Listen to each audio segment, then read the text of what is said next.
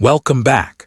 If you followed parts 1, you're about to discover another mystery that will blow your mind. And if you're new, don't worry. The story will quickly pull you into a mystery that has been building for over a decade.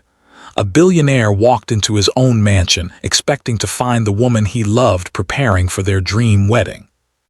Instead, he found his fiancée choking his poor black maid against a marble wall, desperately trying to silence her. That maid was Grace Johnson, a hardworking young woman who had entered the Carter mansion with nothing but a job, a younger brother to protect, and a painful past she rarely discussed. But Grace had accidentally discovered something Victoria Blake, the billionaire's beautiful fiancée, had spent years hiding. Victoria wasn't simply marrying Hight Carter because she loved him. She and her secret partners had been preparing to steal control of his family's billion-dollar empire using forged trust documents. When Grace discovered the truth, Victoria threatened her. She searched Grace's apartment. She had Grace watched.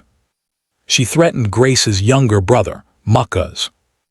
And when Grace secretly recorded Victoria confessing to the scheme, Victoria attacked her and tried to choke her into deleting the evidence. But Victoria made one mistake. She didn't know Grace's work phone had an emergency evidence system that secretly uploaded the recording to Hight's secure corporate servers. And now, Hight Carter has heard everything. He knows the woman he planned to marry is a fraud. He knows the woman he thought attacked Victoria was actually the victim. He knows Grace was threatened because she discovered a conspiracy that could destroy his family. But there's something Victoria doesn't know. Hight hasn't confronted her. He hasn't called the police. He hasn't canceled the wedding.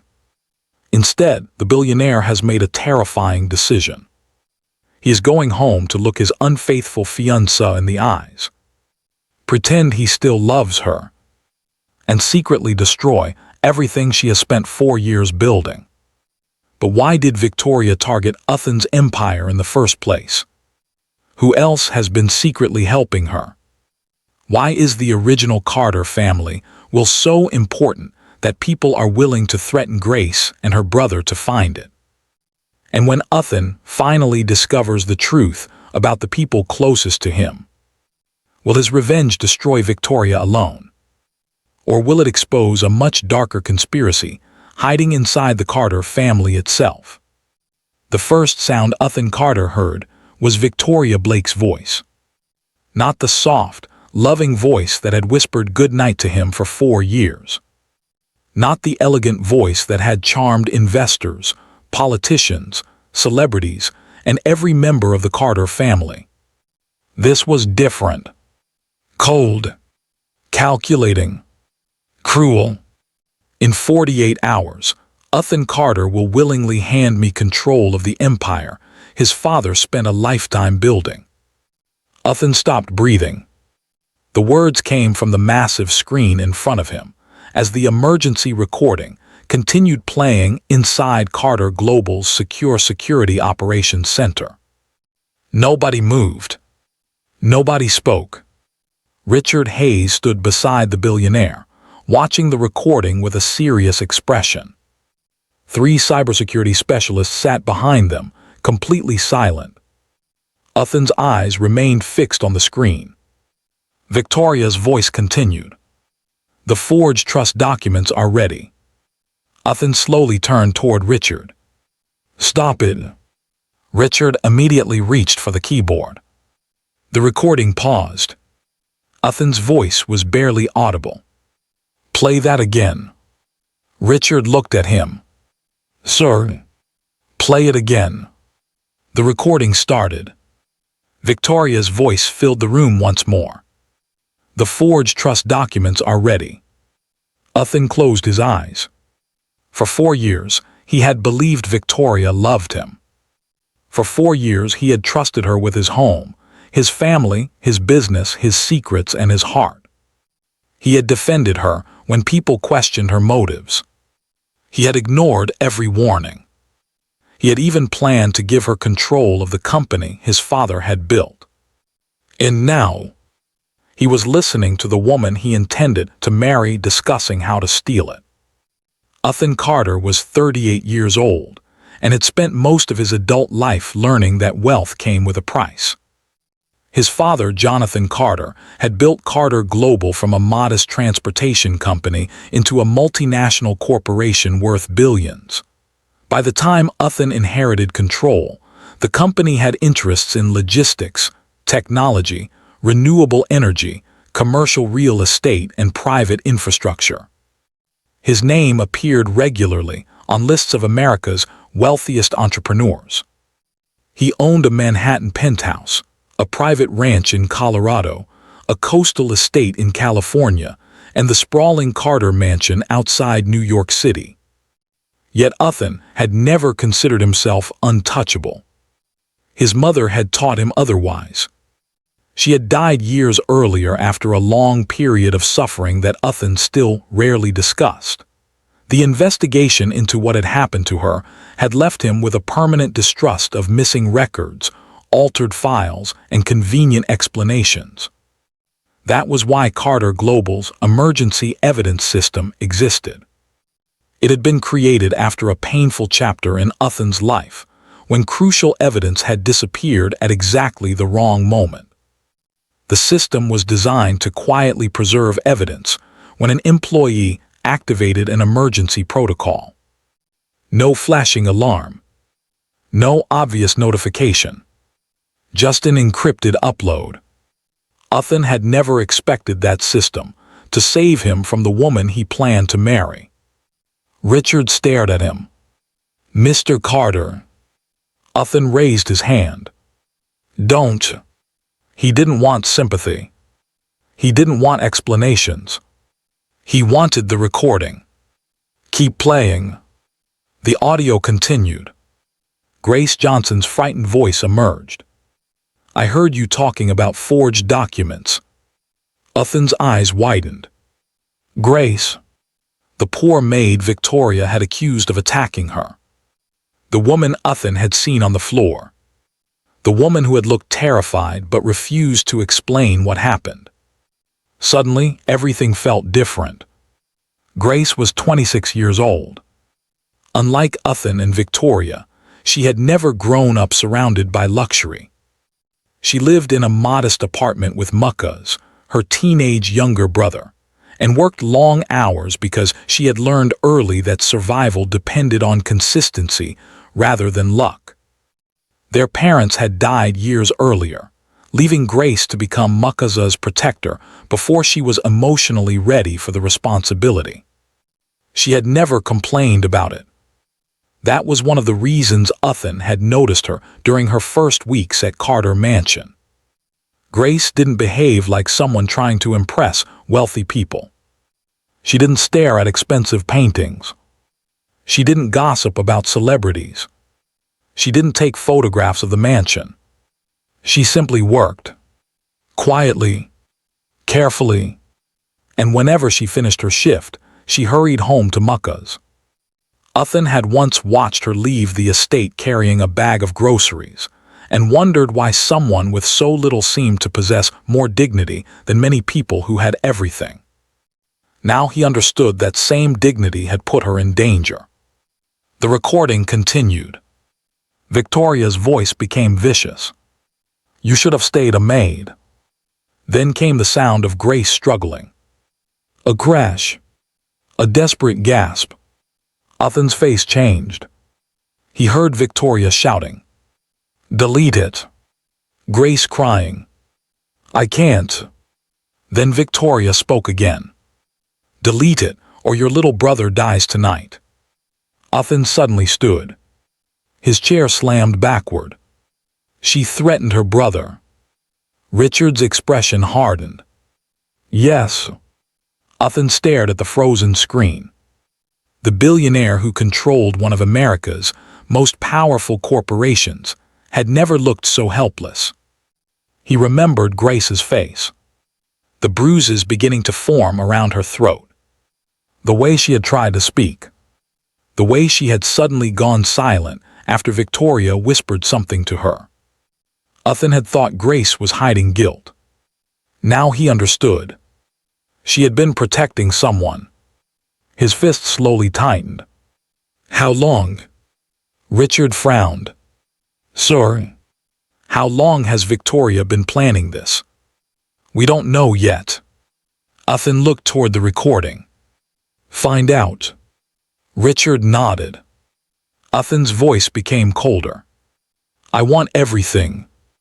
Her finances, her communications, her family, her history, every person she's met, every company she's connected to, every transaction, every secret."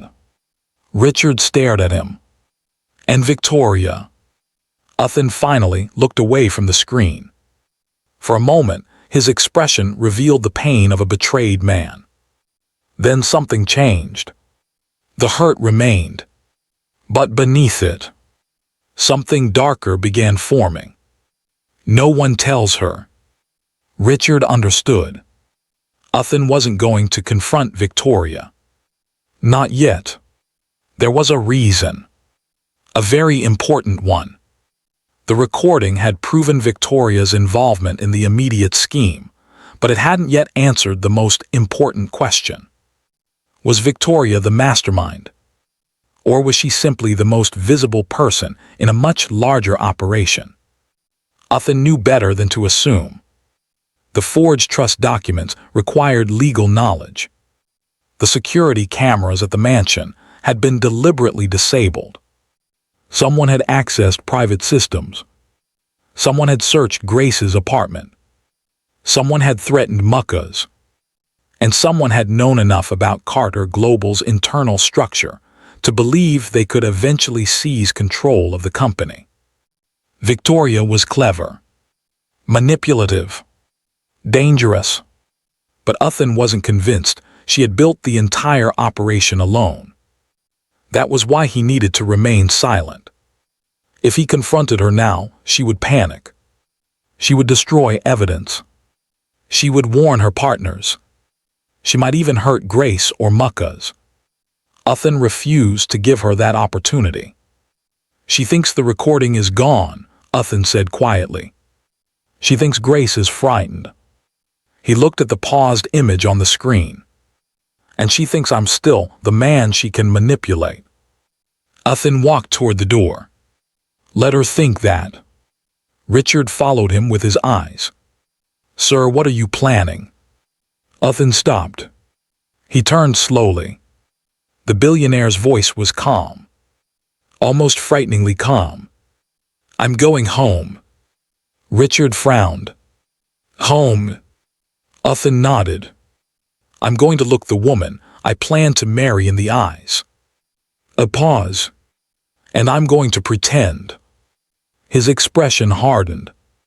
"That I still love her." Richard stared at him.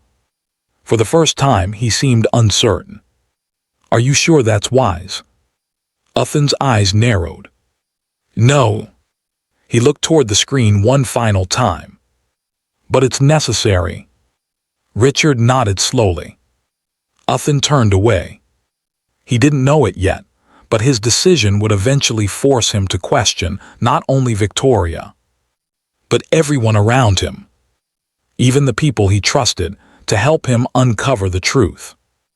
At that same moment, Victoria Blake stood inside the master bedroom of Carter Mansion, admiring herself in a full-length mirror. The room alone was worth more than most houses. The walls were covered in hand-finished silk. A crystal chandelier hung above a marble fireplace. Her wedding dress had been placed inside a protective glass enclosure nearby. Victoria stared at it. She had spent years imagining this moment. The Carter name, the Carter fortune, the Carter empire. Everything was almost within reach. She was 34 years old, elegant, wealthy by any ordinary standard, and socially connected to some of the most powerful families in the country. But Victoria had never considered ordinary wealth enough. She wanted control, Real control. She wanted the kind of power that made people ask permission before entering a room. The kind that allowed a person to destroy an enemy without ever touching them. She had spent 4 years building Uthan's trust. 4 years of careful smiles. 4 years of calculated affection. 4 years of appearing to love him more than anything. And now, one poor maid had nearly ruined everything. Victoria's phone rang. She answered immediately. "Hello." Miranda Blake's voice came through. "Has Uthan returned?" "Not yet." "Did you recover the phone?" Victoria's eyes narrowed. "No." A pause. "Then you have a problem." Victoria looked toward the door. "Grace won't talk." "Why?" "Because I threatened her brother." Miranda went silent. Victoria's expression hardened. "She'll stay quiet." "Are you certain?" Victoria smiled. "I know exactly what fear does to people." She ended the call. Then she looked toward the wedding dress. A strange uneasiness moved through her. For some reason. She couldn't explain why. But she suddenly felt as if someone were watching her. She turned toward the window. Nothing. Only the vast Carter estate. The manicured gardens. The private driveway. The security gates. The wealth. The power. The future she believed was already hers. Victoria smiled again.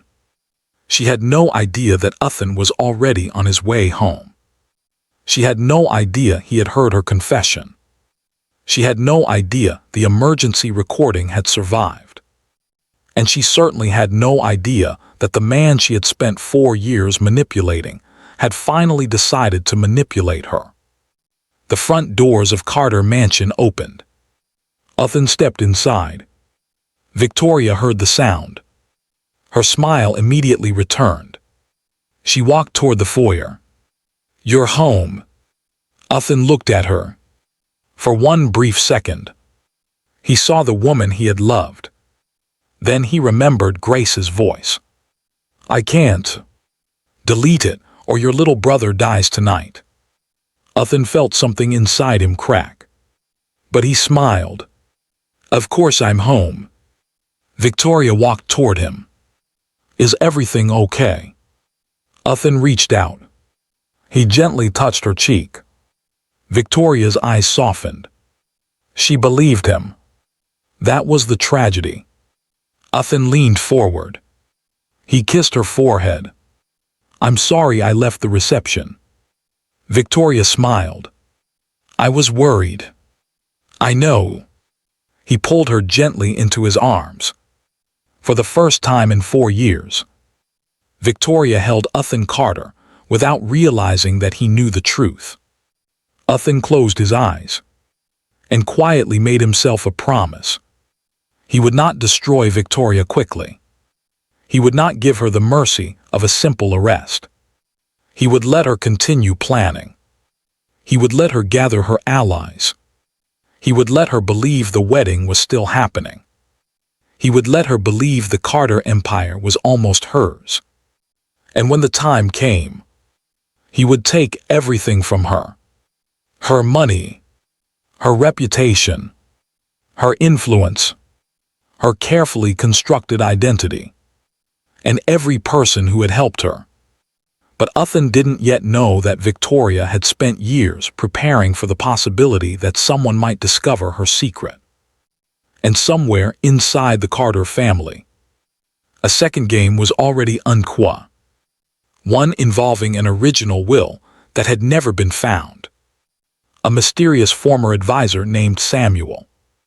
A corrupt legal network. And a secret connection between Grace's late father and Uthan's family. Uthan had no idea that his revenge had already begun opening doors that would reveal secrets far darker than Victoria's betrayal. And the first person he planned to investigate was the woman standing in his arms, Victoria Blake. his fiancée, his betrayer, and as far as Uthan knew, the greatest enemy he had ever faced. He had no idea that Victoria herself might only be the beginning. The next morning, Uthan woke beside the woman he had once believed was the love of his life. Victoria was still asleep. Sunlight streamed through the enormous windows of the Carter mansion, touching the white sheets and the expensive jewelry scattered across the bedside table. For years, Uthan had found comfort in waking up beside her. That morning, he felt nothing. He stared at her sleeping face. The woman lying beside him looked peaceful, almost innocent. If he had not heard the recording with his own ears, he might have believed it. That was what frightened him most. Victoria was good at pretending. She had spent 4 years convincing him that she loved him. And now Uthan wondered how many of those memories had been real. He quietly left the bed. As he dressed, his eyes fell on the framed photograph sitting on the dresser. It showed him and Victoria at a charity gala 3 years earlier. Victoria had been wearing a silver gown. Uthan remembered that night. He had introduced her to his father's closest friends. She had held his arm and smiled. Later that evening, she had told him something he had never forgotten. "I don't care about your money, Uthan. I just want you." At the time, those words had touched him. Now, they felt like a carefully rehearsed line. Uthan picked up the photograph. His thumb slowly brushed over Victoria's face. Then he placed it back. Behind him, the bed moved. Victoria opened her eyes. "Uthan." He turned immediately. "Good morning." She smiled sleepily. "You're already dressed. I have an early meeting." Victoria sat up. "Today?" "Yes." She looked at him carefully. "Is something wrong?" Uthan walked toward her. "No." The answer came too quickly. Victoria noticed. She had spent years studying Uthan's behavior. She knew when he was angry. She knew when he was worried. She knew when he was hiding something. But Uthan knew something she didn't. He was no longer reacting naturally to her.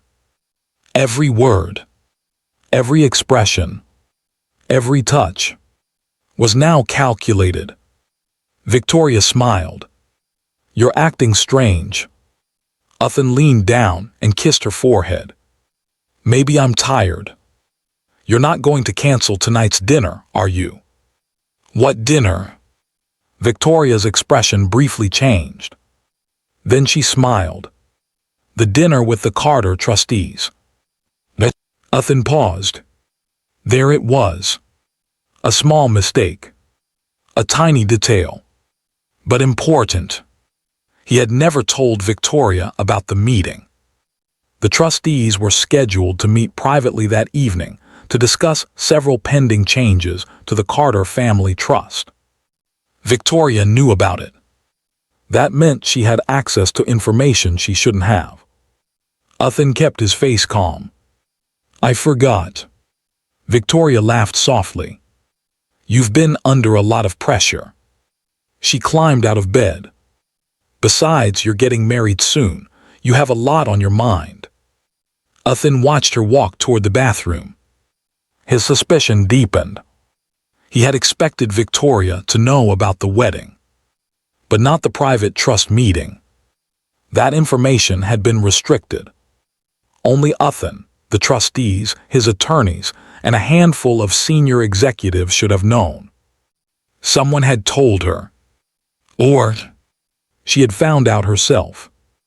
Either possibility was dangerous. Uthan reached for his phone. A message from Richard waited. "We need to talk, privately." Uthan stared at the screen. Then he looked toward the bathroom. Water began running. Victoria was taking a shower. Uthan immediately replied. "Carter Global, 10:00 a.m. Richard responded almost instantly. Understood. Uthan placed the phone in his pocket. He had just discovered his first piece of evidence. Victoria was already monitoring the trust. The question was, why? 2 hours later, Uthan arrived at Carter Global. The headquarters dominated an entire block in Manhattan. A 40-story glass tower bearing the Carter Global logo stood among the city's most expensive corporate buildings.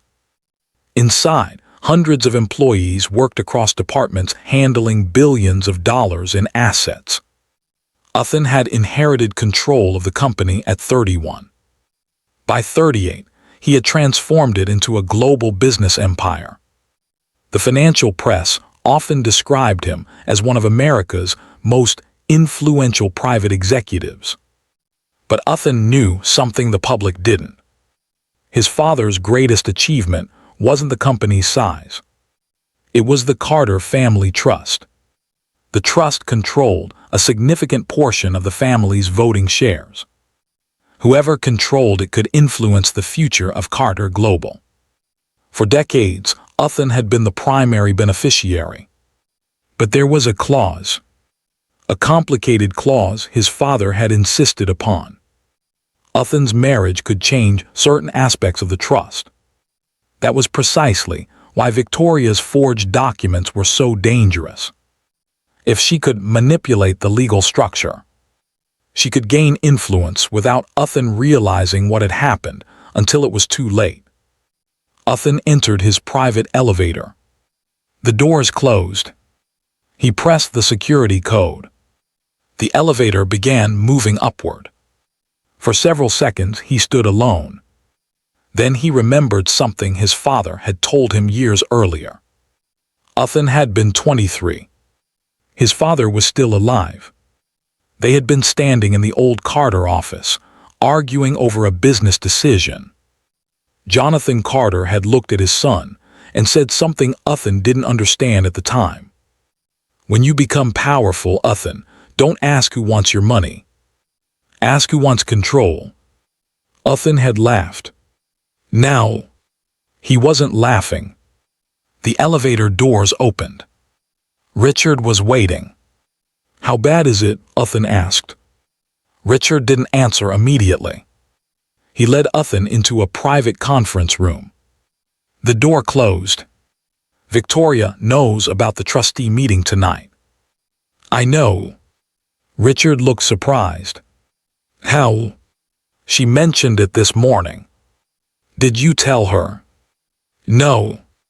Richard's expression changed. Then we have a leak.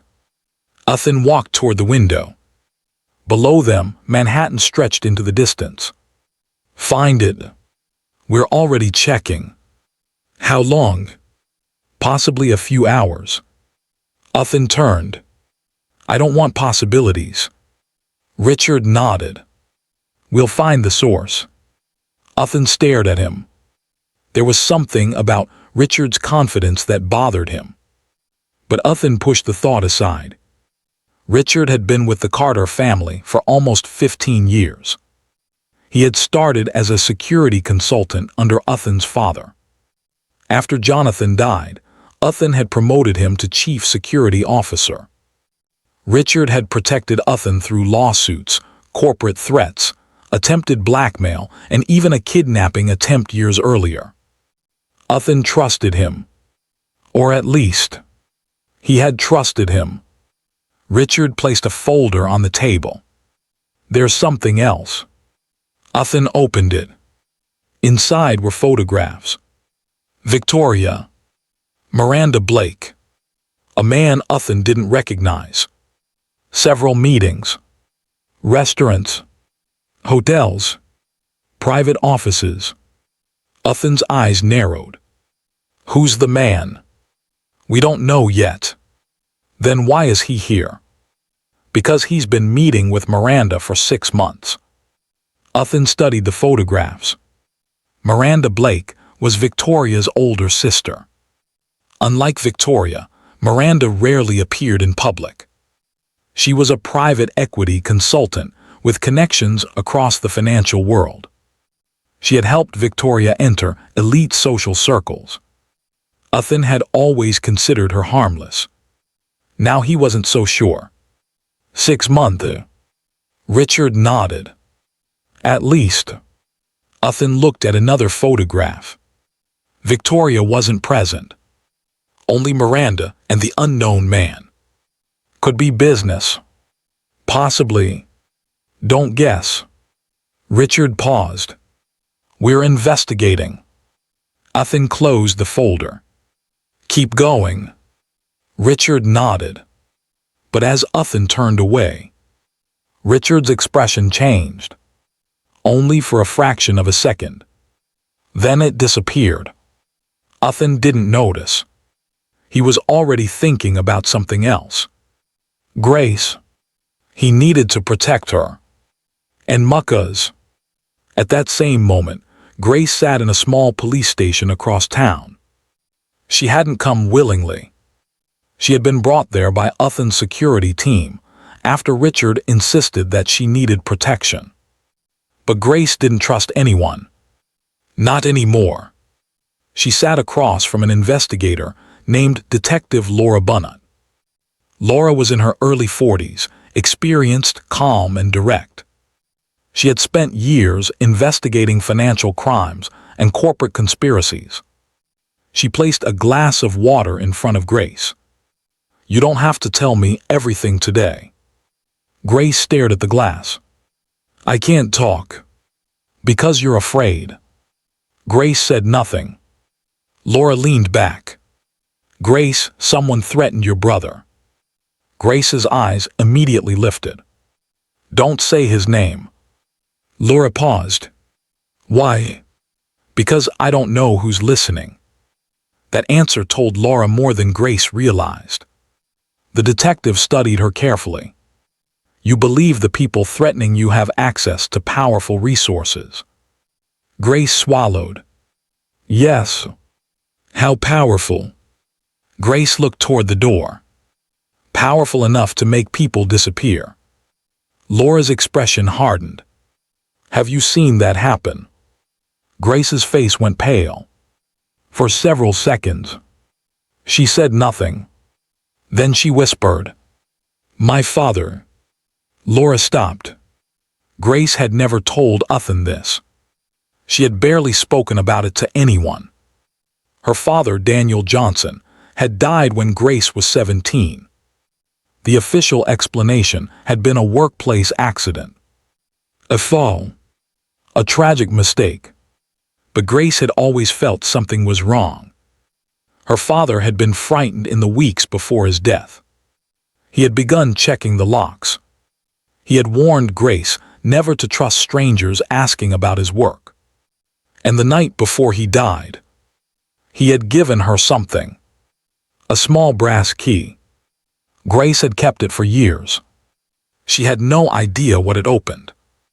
Laura noticed the change in her expression. Grace. Grace looked down. Nothing. The detective didn't push. Not yet. Instead, she asked, why did Victoria Blake threaten you? Grace's fingers tightened around the glass. Because I heard something. What? Something about Mr. Carter. What kind of something? Grace looked up. She was talking about documents. Laura waited. Trust documents. The detective's expression became serious. Forged documents. Grace nodded. Laura leaned forward. Are you saying Victoria Blake was involved in a plan to take control of Carter Global? Grace's lips trembled. I don't know everything. But you heard enough. Yes. And you recorded it. Grace froze. Laura's eyes narrowed. How did you know? The detective didn't answer. Grace suddenly understood. Someone had already told the police. Someone had access to the recording. Grace stood. Who sent you? Grace. Who sent you? Laura remained calm. Uthan Carter. Grace's face changed. He knows. Mr. Carter is aware that an emergency recording exists. Grace took a step backward. Does he know about muckas? Laura hesitated. Yes. Grace's eyes filled with tears. Then she whispered, then he's in danger. Back at Carter Global, Uthan stood alone in his office. He looked out over the city. On his desk sat a photograph of his father, Jonathan Carter, a man who had built everything, a man Uthan had once believed was impossible to deceive. But there was something Uthan didn't know. His father's original will had never been publicly displayed. The attorney who handled the estate had claimed the document was lost during a legal transition. Uthan had accepted that explanation. Until now, he opened a file containing his father's estate records. The same question kept returning. Why had Victoria mentioned the Carter family trust? Why did she know about the trustees? Why were forged documents being prepared? And why did Grace's father keep appearing in old financial records connected to Carter Global? Uthan turned another page. There it was. A name. Daniel Johnson. Uthan stared at it. Grace's father. He had seen the name before. Years ago. But he had never connected it to Grace. Uthan's heart began beating faster. Before he could investigate further, his phone rang. It was Grace. Uthan answered immediately. Grace. Her voice was trembling. Mr. Carter. Are you safe? A pause. I don't know. Uthan stood. What happened? Grace lowered her voice. I think someone is watching me. Uthan's face hardened. Where are you? I'm at a police station. Stay there. I can't. Why? Grace looked toward the window. A black SUV was parked across the street. Her heart stopped. The vehicle had been following her since she left Carter Mansion. She whispered, because I think they're outside. Uthan immediately turned toward Richard. Find Grace's location. Richard moved quickly. Uthan returned to the phone. Grace, listen to me. I'm listening. Do not leave that building. I don't trust anyone. You can trust me. The words escaped before Uthan could stop them. Silence. Then Grace whispered, Can I? Uthan closed his eyes. He remembered the moment he had first seen her on the marble floor. He remembered how quickly he had believed the wrong person. I was wrong about you. Grace didn't answer. I'm sorry. Still silence. Then Grace asked, Do you really want to know the truth? Uthan's voice became firm. More than anything. Grace looked toward the black SUV. Then you need to find my father's old records. Uthan froze. Why? Because I think my father knew your father. The line went silent. Then, Grace said something that Uthan would remember for the rest of his life. My father didn't die because of an accident. The call ended. Uthan stared at the phone. Across the room, Richard suddenly stopped typing. What happened? He asked. Uthan slowly looked at him. Grace thinks her father's death wasn't an accident. Richard's expression remained calm. But something flickered in his eyes. Fear. Only for a moment. Uthan didn't notice. He was too focused on the name still sitting on his desk. Daniel Johnson. His father's former associate. The dead man who might hold the key to the conspiracy. And somewhere in Carter Mansion, Victoria Blake was preparing for dinner with the Carter trustees. She believed Uthan was still hers. She believed the wedding was still on. She believed her plan was moving forward. But Uthan had just discovered a connection that could change everything. The woman he loved had betrayed him. The maid he had underestimated might be the key to the truth. Grace's dead father might have known Uthan's father. And someone inside Carter Global was leaking information. Uthan didn't know who. Not yet. But he was about to discover that the people closest to him were not necessarily the people he should trust.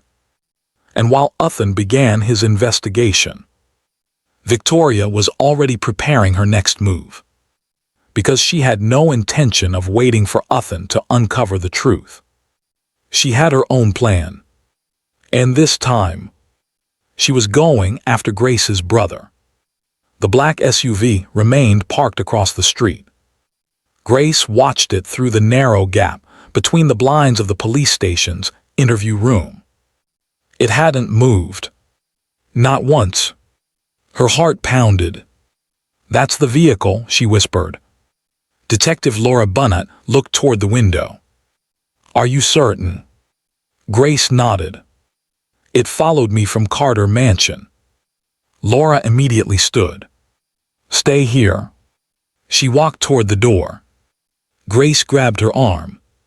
"No." Laura turned. "Grace, don't go outside." "Why?" Grace's eyes remained fixed on the SUV. "Because that's what they want." Laura studied her. Grace was frightened. But beneath the fear was something else. Experience. She had learned, long before Victoria entered her life, that powerful people rarely did their own dirty work. They sent someone else. They watched from a distance. They waited for you to make one mistake. Laura slowly released the door handle. "All right." Grace's breathing eased slightly. Laura returned to her seat. "You said the vehicle followed you." "Yes." "Did you see the driver?" "No." "Did you see anyone else inside?" Grace shook her head. Laura wrote something down. Then she looked at Grace. "Your brother, where is he?" Grace's face immediately changed. "At school." "What school?" Grace hesitated. Laura noticed. "You don't have to tell me." Grace stared at the floor. "I already told someone." "Who?" "Victoria." Laura's expression hardened. Grace swallowed. "She knows where he goes." "And she threatened him." "She said he would die before sunrise if I didn't delete the recording." Laura leaned forward. "Grace, I need you to understand something. If Victoria Blake or anyone connected to her is willing to threaten a minor, this is no longer just a corporate fraud case." Grace looked at her. "It's never been just that." The detective stopped writing. "What do you mean?" Grace looked toward the window again. "My father." Laura waited. Grace's fingers slowly tightened. "My father knew something." "About Carter Global." "I don't know." "But you think he did?" Grace nodded. She had spent years trying not to think about that possibility.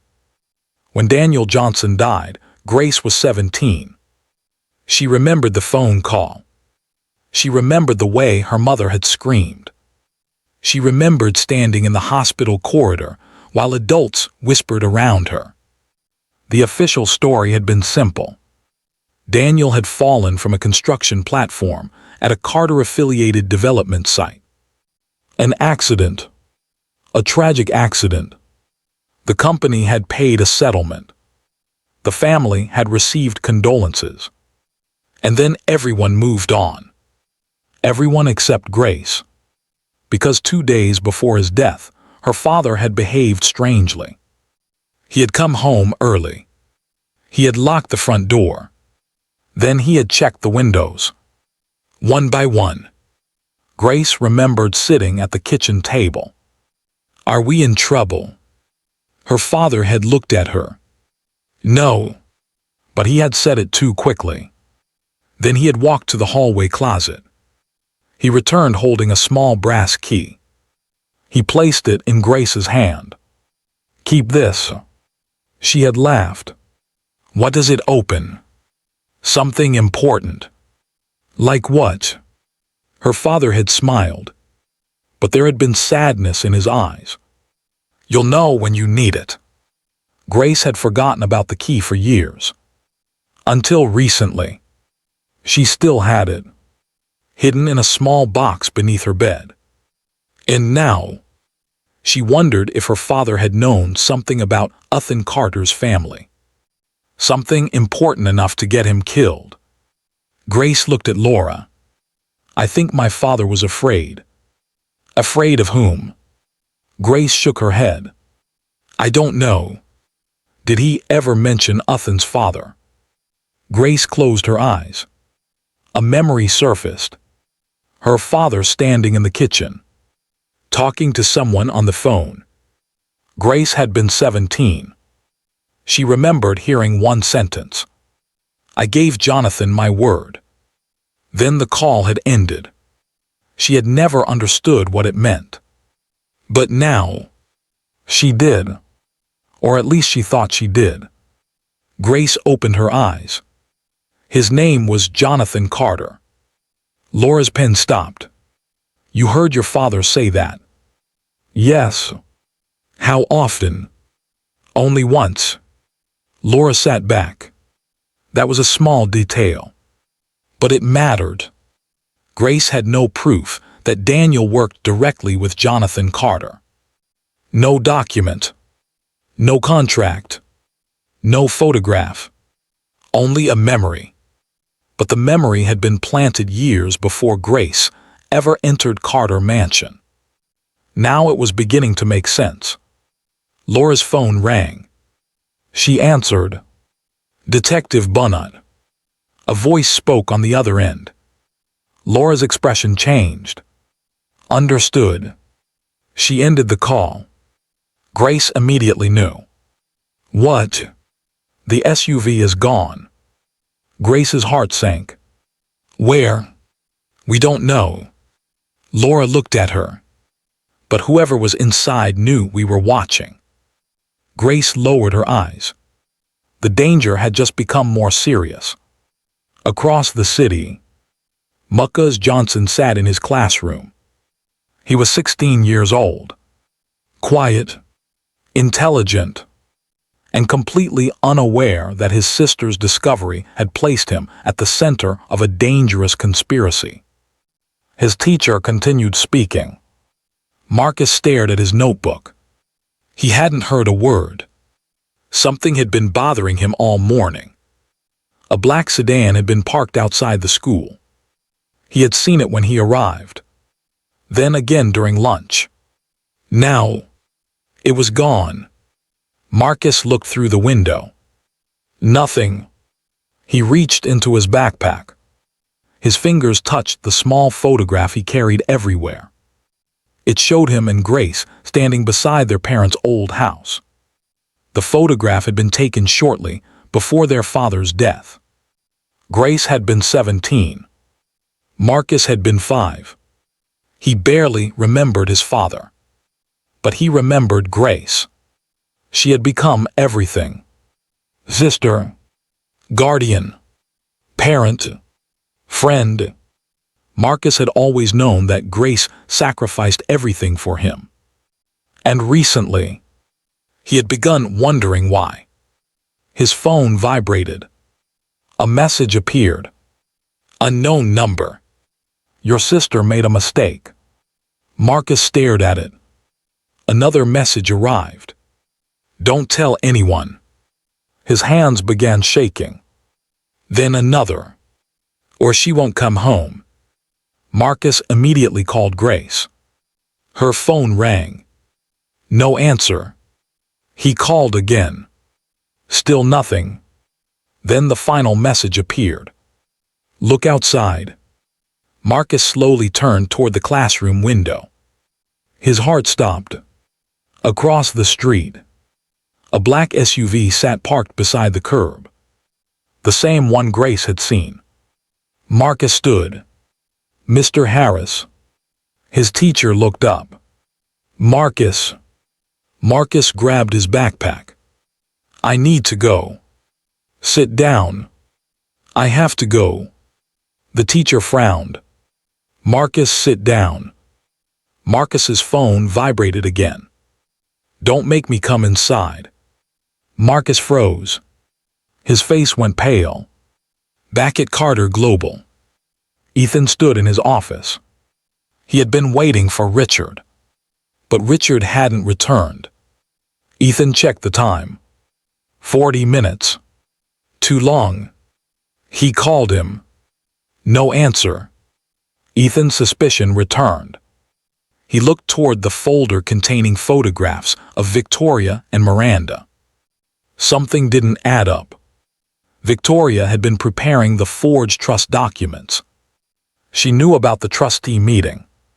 She had access to information she shouldn't have. But Ethan still couldn't prove that she was the mastermind. There was another problem. The forged documents were sophisticated. Too sophisticated. Whoever created them understood the Carter family trust in extraordinary detail. That meant access to old estate records, private legal files, possibly even information from Ethan's father. Ethan opened another file. His father's estate. The original documents were incomplete. Several pages were missing. Ethan frowned. He had seen the same thing before. Years earlier. He had simply never questioned it. Now he did. Why were the pages missing? And who had removed them? A knock came at the door. Ethan looked up. Richard entered. Finally. "Where were you?" Richard closed the door. "Handling something." "What?" "A security issue." Ethan's expression hardened.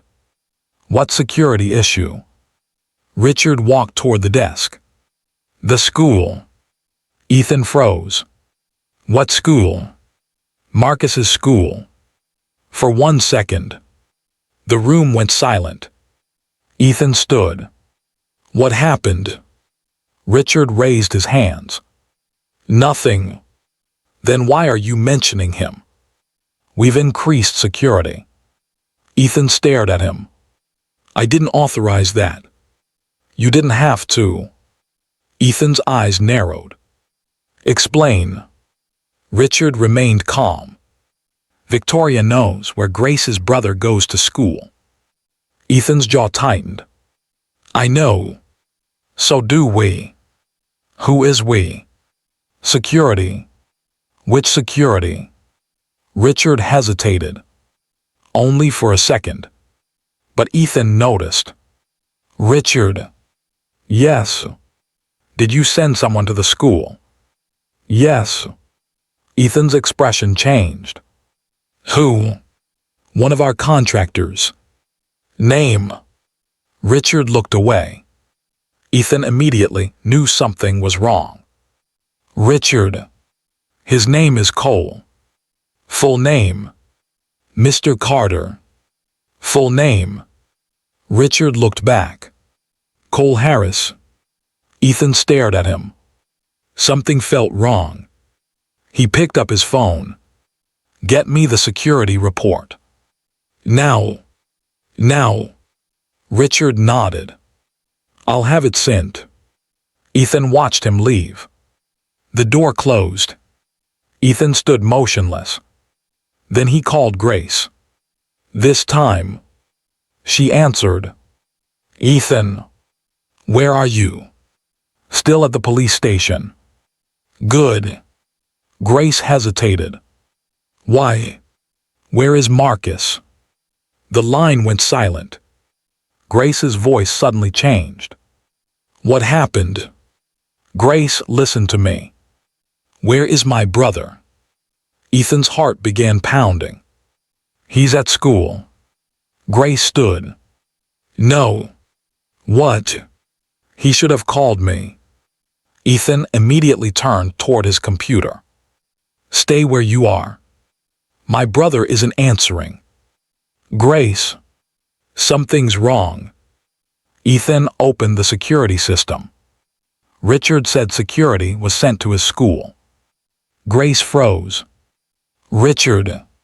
Yes. Why? Ethan stopped. He didn't know. And suddenly, he didn't like that. Grace, I'm going to find out. Don't let them touch him. Who? Grace's voice broke. Anyone. The line went dead. Ethan immediately called Richard. No answer. Again. No answer. Ethan stared at the phone. For the first time, a terrifying thought entered his mind. What if the person protecting Grace was actually the person putting her in danger? At Marcus's school, the classroom door opened. A man walked in. Tall, broad shoulders, dark suit. He showed the teacher an identification badge. Mr. Harris. The teacher nodded. Yes. I'm with Carter Global Security. Marcus immediately stood. The man looked at him. Marcus Johnson. Marcus stepped backward. Who are you?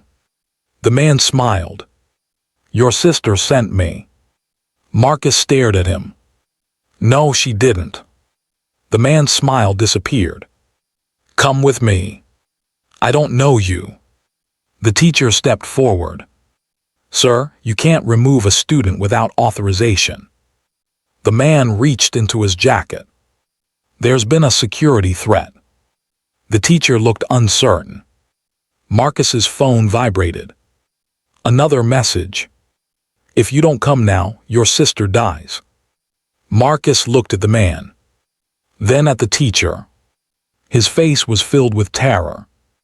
The man quietly whispered, Your choice. Marcus slowly picked up his backpack. Marcus, the teacher said. It's okay. No. The teacher moved between them. You're not taking him anywhere. The man's expression hardened. For the first time, the teacher noticed something. The identification badge wasn't quite right. The logo was slightly wrong. The font was different. The teacher stepped backward. Security. The man immediately turned. Then, he ran. Marcus froze. The classroom erupted into confusion. Students screamed. The teacher grabbed Marcus. Stay here. Marcus looked at his phone. Another message appeared. You just made the wrong choice. Then, the phone rang. Marcus answered. No one spoke. Only breathing. Then a man's voice whispered. Your sister should have stayed quiet. The call ended. At Carter Global, Ethan received a message. A photograph. His blood turned cold. It showed Marcus, standing outside his classroom. The photograph had been taken only minutes earlier. Below it was one sentence. You don't know who you're trusting. Ethan stared at the screen. Then another message appeared. Ask Richard Hayes why his security contractor was at the school. Ethan's entire body went rigid. He slowly looked toward the closed office door. Richard, his most trusted security chief. The man who had protected his family for 15 years. The man who had brought him Grace's emergency recording. The man who had just told him that he had sent security to Marcus's school. Ethan's phone rang. It was Richard. Ethan answered. Where are you? At headquarters. Why was your contractor at Marcus's school? Silence. Ethan's voice became colder. Richard. I was protecting him. Then why did he run? Another pause. Ethan stood. Richard. Someone attacked him. Ethan's eyes narrowed. Who? I don't know. You're lying. Richard's voice changed. Excuse me. Ethan stared at the security camera mounted in the corner of his office. Come to my office. I can explain. Now. The call ended. Ethan remained standing. He looked at the photograph again, then at the folder containing Victoria's investigation, then at the name of Grace's father, Daniel Johnson. Something was connecting everything. Victoria, Miranda, the forged trust documents, Grace, her father, the Carter family trust, and now, Richard. Ethan didn't know the truth yet, but for the first time, he understood something terrifying. The person who had sent him the recording might not be the person he thought. And somewhere in Carter Mansion, Victoria Blake received a message. She opened it, read it, and smiled. Marcus has been located. Victoria slowly raised her eyes. Good. The person on the other end asked. Do we proceed? Victoria thought for a moment, then smiled. Not yet. She looked at the engagement ring on her finger. Ethan is becoming suspicious. A pause. Should we be worried? Victoria's smile disappeared. No. She looked toward the window. Because if Ethan finds out what we're doing, her fingers tightened around the ring. We'll simply give him someone else to blame. And somewhere in the city, a man Ethan had trusted for 15 years was already preparing to walk into his office. But Ethan didn't know that the next conversation would change the entire direction of his revenge. Because before he could destroy Victoria, he would have to discover who had been secretly helping her. And the first name on that list was about to surprise him. Richard Hayes entered Ethan's office at exactly 6:15 p.m. He closed the door behind him. For several seconds, neither man spoke. The city lights outside the windows had begun to glow, but Ethan barely noticed them. His mind was fixed on one thing. Mucka's. The photograph was still displayed on his phone. A 16-year-old boy standing outside his classroom. And beneath it, the message that had shaken Ethan more than he wanted to admit. You don't know who you're trusting. Richard walked toward the desk. You wanted to see me. Ethan didn't look up. Yes. Richard waited. Ethan slowly placed his phone on the desk. Explain the security contractor. Richard's expression remained calm. Which part? The man at Mucka's school. He was there to protect him. Then why did he run? Richard paused. I told you someone attacked him. Who? We don't know. How convenient. Richard's eyes narrowed. Are you accusing me of something? Ethan finally looked up. No. He leaned back. I'm asking questions. Richard studied him. Ethan had always been direct. But this was different. There was an edge to his voice. A coldness. Richard recognized it. Ethan was suspicious. Richard slowly sat down. The man was one of our external security contractors. His name, Cole Harris. How long has he worked for us? 3 years. Ethan immediately reached for the tablet on his desk. That's not what his file says. Richard's expression changed. Just slightly. Ethan opened the document. Cole Harris joined Carter Global 11 months ago. Richard looked at the screen. I may have misspoken. Ethan's eyes hardened. You don't make mistakes like that. Richard leaned forward. Mr. Carter, I've spent 15 years protecting your family. I know. I've taken bullets for this company. I know. I've stood between you and people who wanted you dead. I know. Then why are you treating me like an enemy? Uthan stared at him. Because there was something he couldn't explain. A feeling. A small voice in his head telling him not to trust anyone. Not even Richard. But Uthan wasn't ready to reveal that.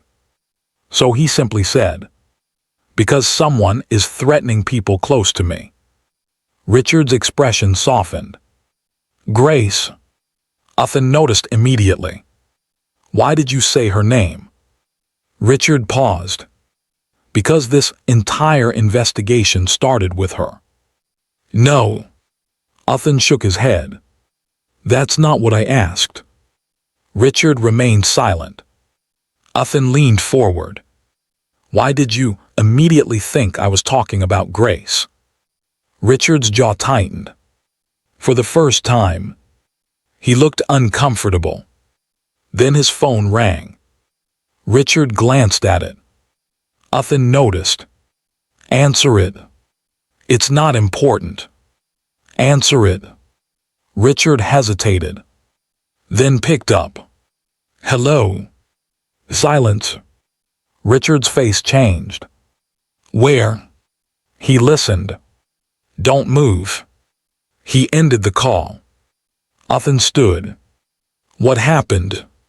Richard looked at him. Muckaz is missing. The words hit Uthan like a physical blow. What? He's gone. From school. Yes. Uthan immediately grabbed his phone. How? Richard shook his head. We're still investigating. Uthan stared at him. You just told me he was protected. He was. Then how did he disappear? I don't know. Uthan slammed his hand onto the desk. Find him. Richard stood. We're trying. You're not trying hard enough. Uthan's voice echoed through the office. That boy is 16 years old. Richard stared at him. I understand. No, you don't. Uthan's eyes were filled with rage. Grace has spent her entire life protecting that boy. His voice dropped. And I promised her he would be safe. Richard paused. Uthan had never made that promise. Not exactly. But he had told Grace to trust him.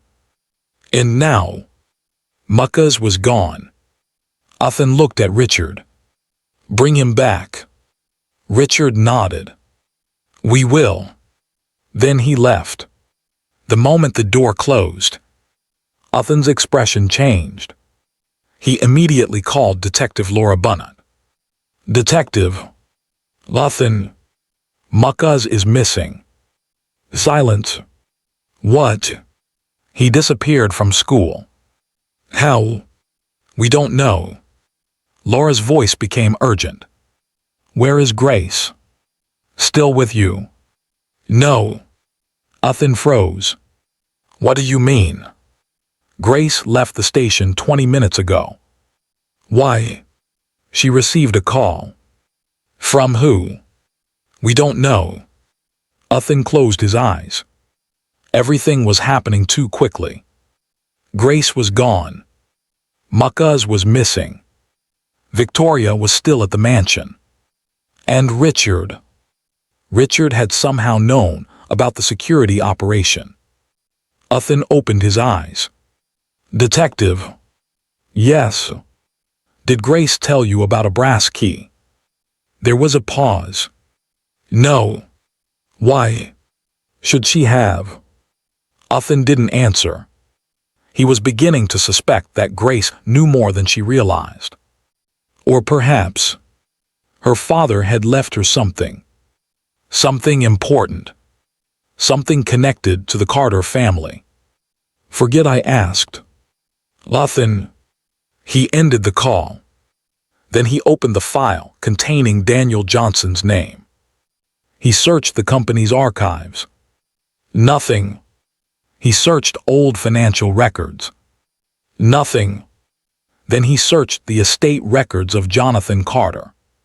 The computer returned a result. Ethan's heart stopped. Restricted archive. Access founder level only. He stared at the screen.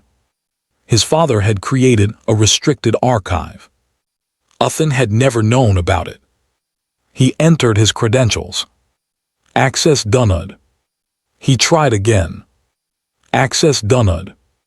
Ethan frowned. His father had died 9 years earlier. Why would there be a restricted archive that even Ethan couldn't access? He called the IT department. Get me the founder's archive. The technician hesitated. Mr. Carter, that's impossible. Why? Because the archive was sealed. By whom? The technician checked. I don't know. Ethan's voice became cold. Find out. We'll need authorization. You're talking to the owner of the company. Sir. Find out. He ended the call. A thought suddenly entered his mind. The original will. For years, Ethan had been told that his father's original estate documents had been misplaced during the transition after his death. The explanation had always seemed unsatisfactory. But no one had questioned it. Not even Ethan. Now he wondered why. He opened his father's estate file. The last attorney to handle the documents was listed. Thomas Reed. Ethan recognized the name. His father's former personal attorney. Thomas Reed had disappeared from the public eye after Jonathan Carter's death. Ethan had assumed he retired. But according to the company's records, he was still alive and living only 2 hours away. Ethan picked up his phone. Find Thomas Reed. Across town. Grace walked through a crowded subway station. She kept looking over her shoulder. Her phone had been ringing repeatedly. She finally answered. Hello. A man's voice spoke. Grace. She stopped. Who is this? You don't know me. Then why are you calling? Because your brother is alive. Grace's heart stopped. Where is he? That's not important. Tell me where he is. The man ignored her. You need to understand something. What? Your father didn't die because of an accident. Grace froze. The station seemed to disappear around her. What did you say? Your father discovered something. Who are you? Someone who knows the truth. Grace's breathing became uneven. What truth? The Carter family has been lying to you. Grace felt dizzy. About what? The man lowered his voice. About everything. Then the call ended.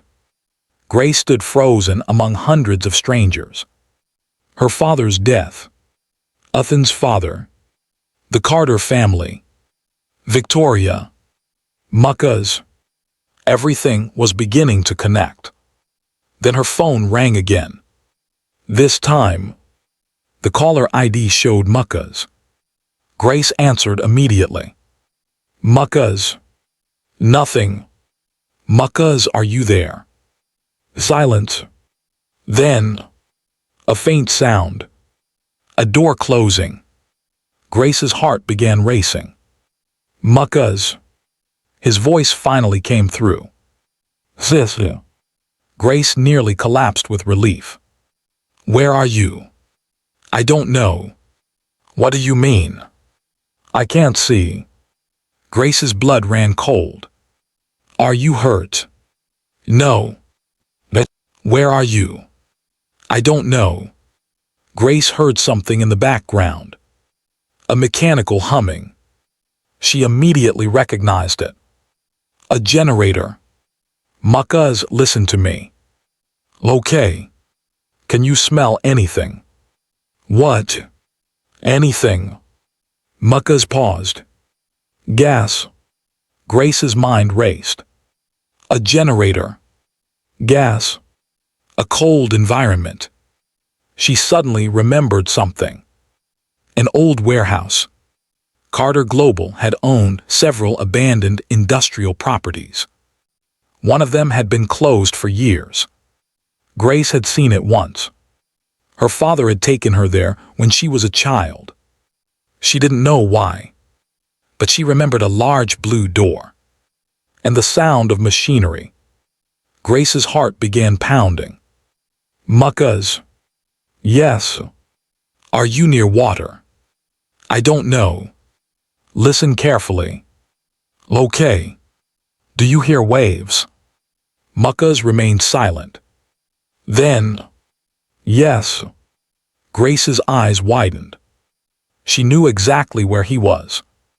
An abandoned Carter Global storage facility near the Hudson River. Grace immediately turned. Then she stopped. Someone was following her. A man in a dark coat. She had seen him 3 times already. Grace began walking faster. The man followed. She called Uthan. He answered immediately. Grace. Uthan, they have muckas. I know. No. Uthan froze. I just spoke to him. What? He's alive. Where? I think I know. Grace explained what Muckas had told her. Uthan immediately understood. The old Hudson facility. Yes. I'll send security. No. Uthan stopped. Why? Because I don't know who I can trust. The words hung between them. Uthan thought about Richard. The false security contractor. The missing boy. The anonymous message. His father's restricted archive. He suddenly understood Grace's fear. You're right. Grace was silent. Uthan continued. Don't go there alone. I won't. Where are you? Grace hesitated. Then she whispered. I'm near the subway station. Uthan's expression changed. Grace. What? Someone is following you. She froze. How do you know? I can see your location. Grace looked around. The man in the dark coat had disappeared. Uthan. Get inside the nearest police station. What? Now. Grace started walking. Then the man appeared behind her. She screamed. Uthan. The call dropped. Uthan immediately stood. Grace. Nothing. He called again. No answer. Uthan turned toward the door. Richard was standing there. Uthan froze. For a moment. Neither man moved. Then Richard asked, What happened? Uthan stared at him. Grace is missing. Richard's face changed. What? She was being followed. Richard immediately reached for his phone. I'll activate the security team. No. Richard stopped. Uthan's eyes were cold. I'll handle it. Richard looked surprised. Mr. Carter. I said I'll handle it. Richard slowly lowered his phone. Of course. Uthan walked past him. Then stopped. He turned. Richard. Yes. Where were you when Muckas disappeared? Richard stared at him. I told you. I want to hear it again. Richard's expression tightened. At headquarters. Doing what? Working. With who? Security. Which people? Richard hesitated. Uthan smiled. It wasn't a friendly smile. That's what I thought. He walked away. Richard watched him go. Then his phone vibrated. A message appeared. Uthan is suspicious. Richard typed a response. Then we move faster. A second message appeared. What about Victoria? Richard looked toward the elevator Uthan had entered. Then he replied, She doesn't know yet. At the abandoned Hudson facility. Muckas sat inside a dark room. His hands weren't tied. His feet weren't restrained. But the door was locked. He had been kidnapped carefully. No violence. No injuries. Whoever had taken him wanted him alive. The door opened. Muckas looked up. A man walked inside. Muckas recognized him. Cole, the security contractor who had appeared at his school. Muckas immediately backed away. You lied. Cole closed the door. I had to. Where's my sister? Safe. You're lying. Cole looked at him. No. Muckas didn't believe him. Then Cole placed something on the table. A photograph. It showed Daniel Johnson. Muckas stared at it. That's my dad. Cole nodded. Your father knew Jonathan Carter. Muckas's eyes widened. How? Cole looked toward the door. Because your father wasn't a construction worker. Muckas stared at him. What? Cole lowered his voice. Your father was an investigator. Muckas shook his head. No. He was investigating financial crimes inside Carter Global. You're lying. He discovered millions of dollars being moved through shell companies. Muckas stepped backward. Why are you telling me this? Cole looked at him. Because your sister is about to discover the truth. Muckas's face changed. What truth? Cole took a deep breath. The woman your sister works for. He paused. Isn't the only person trying to destroy Uthan Carter. Muckas stared at him. Then who is? Cole looked directly into his eyes. That's the question. Suddenly, the lights went out. Muckas screamed. Cole reached for his weapon. Then a voice came through the darkness. Good. A man's voice. Calm. Cold. Now we can begin. Cole immediately stepped in front of Muckas. Who are you? The voice laughed. Ask your father. Muckas's heart stopped. Then the emergency lights came on. And standing at the doorway was a man Muckas had never seen before. But the man was holding something. A small brass key. The same key Grace's father had given her 17 years earlier. Muckas stared at it. Where did you get that? The man smiled. Your father gave it to someone. Muckas's eyes widened. Who? The man looked toward him. Your sister. Then he closed the door. And for the first time, Muckas understood that his sister had been carrying a secret she didn't even know existed. Muckas stared at the brass key in the stranger's hand.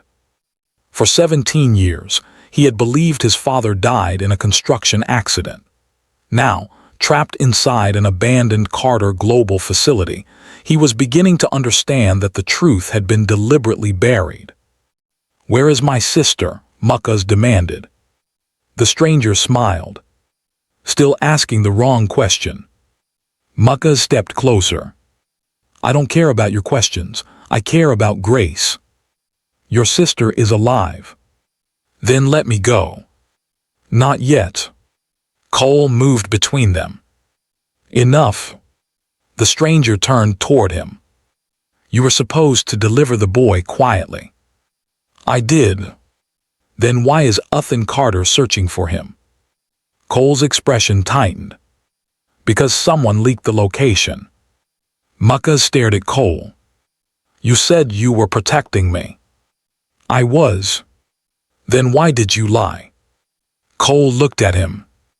Because if I told you the truth, you'd never have come with me. Mukasa's fear turned into anger. You kidnapped me. I saved you. From what? Cole didn't answer. The stranger stepped forward. From Victoria Blake. Muka's froze. She knows where you are, the man continued, and she isn't coming to rescue you. Muka's swallowed. Why would Victoria want me? Because your sister knows something she shouldn't. The stranger placed the brass key on the table. Your father left this behind. Muka stared at it. Grace has one. I know. How? The man smiled. Because I was there the night your father gave it to her. Mukasa's eyes widened. You knew my father. I knew him very well. Who are you? The man reached inside his coat and removed an old photograph. He placed it beside the key. Mukas picked it up. His father stood beside Jonathan Carter. But there was someone else. A younger Richard Hayes. Mukasa's breathing stopped. That's Richard. The stranger nodded. Your father trusted him. Mukas looked again. Then why is he working for Uthan? The stranger's expression darkened. That's what you need to ask. At Carter Global, Uthan stood before a wall of surveillance screens. Grace's phone had gone silent. Richard was gone. Mukas was missing. And the old Hudson facility had suddenly disappeared from the company's active property database. Uthan stared at the screen. Find the building. A security analyst shook his head. We can't. Why? Someone deleted the property records. Uthan's eyes narrowed. Who has authorization? The analyst hesitated. Only senior administrators. Names. Richard Hayes. Uthan went completely still. His worst suspicion had just become possible. Richard had access.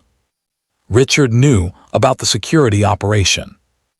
Richard had known Mukasa's location. And now, Richard's credentials had been used to erase the facility. Uthan picked up his phone. He called Victoria. She answered immediately. Uthan, where are you? At home. Are you alone? A pause. Why are you asking? Ethan closed his eyes. Just answer me. Yes.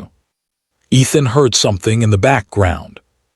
A faint metallic sound. Then silence. Victoria. Yes. Do you know where Marcus is? Another pause. No. Ethan's voice became colder. Are you sure? Of course. He ended the call. Victoria stared at her phone. Her face slowly changed. Ethan knew something. Not everything, but enough. She immediately called Miranda. We have a problem. Miranda answered. What happened? Ethan is suspicious. Of what? Victoria looked toward the locked drawer beside her. Inside was a file bearing one name. Daniel Johnson. Victoria whispered. He is getting close to the truth. Miranda went silent. Then asked, does he know about the boy? Victoria's eyes hardened. No. Good. Victoria smiled. Then we still have time. But neither woman knew that Ethan had already discovered the missing facility. And inside that facility, Marcus had just learned the name of the person who might have destroyed his family. Richard Hayes. Ethan left Carter Global alone. For the first time in years, he ignored his security team and drove himself through Manhattan traffic. He couldn't explain why, but something inside him insisted that every minute mattered. His mind kept returning to one name. Richard Hayes. Ethan had trusted Richard with his life. Now he wondered whether that trust had been the greatest mistake he had ever made. He called Detective Bennett. "Did you find Grace?" "No." "Any trace?" "Her phone was last detected near the subway." "Then find her." "We're trying." Ethan tightened his grip on the steering wheel. "Detective, listen to me. I think someone inside my company is helping the people behind this." "Who?" "I don't know yet." "Do you suspect someone?" Ethan looked at the road. "Richard Hayes." Silence. "Are you sure?" "No." "Then why him?" "Because his credentials were used to erase a property from our database." "Which property?" "An abandoned Carter Global facility near the Hudson." Laura's voice became serious. "Was Marcus taken there?" "I don't know." "Then we need a warrant. By the time you get one, he'll be gone." "Ethan, don't do anything reckless." He ended the call. He knew she was right. But Ethan had never been good at waiting while someone he cared about was in danger. He drove toward the Hudson. Meanwhile, Grace opened her eyes inside a moving vehicle. Her head throbbed. She remembered the subway. The man following her. A hand covering her mouth. Then darkness. Now she was lying in the back seat of a black SUV. Her hands were free. Her phone was gone. She slowly sat up. The driver looked at her through the mirror. "You're awake." Grace immediately moved toward the door. "Don't." She froze. The driver continued. "If I wanted you dead, you wouldn't be alive." "Who are you?" "My name is Daniel." Grace stared at him. The name struck her like lightning. "Daniel." "Yes. My father's name was Daniel." "I know." Grace's heart began pounding. "How?" The man looked at her through the mirror. "Because I knew him." Grace stared at him. "You knew my father?" "Very well." "Then tell me what happened to him." Daniel's expression changed. "Not yet." Grace's anger erupted. "You kidnapped me." "I protected you." "From who?" "Everyone." The vehicle stopped. Grace looked outside. They were beside an old warehouse. Daniel opened the door. "Get out." Grace refused. "Where is Marcus?" Daniel looked at her. "Alive." "Where?" "Safe." "You're lying." Daniel sighed. "Your brother is being held because someone wants the brass key." Grace's blood ran cold. "What key?" Daniel stared at her. "The key your father gave you." Grace's expression changed. "How do you know about that?" "Because your father gave it to you for a reason." She stepped backward. "What does it open?" Daniel looked toward the warehouse. "Something that could destroy the Carter family." Grace stared at him. "Then why hasn't anyone found it?" Daniel smiled sadly. "Because your father knew exactly who would come looking." "Who?" Daniel looked directly into her eyes. "Richard Hayes." Grace froze. She remembered Ethan's security chief. The man who had helped Ethan uncover the recording. The man who had supposedly protected Marcus. The man whose credentials had been used to erase the Hudson facility. Grace suddenly understood. "Richard took my brother." Daniel shook his head. "No." "Then who did?" Daniel's eyes darkened. "Victoria." Grace's breathing stopped. "What?" "Victoria ordered Marcus taken." "Why?" "Because she needs leverage." Grace's face twisted with rage. "Where is he?" Daniel pointed toward the warehouse.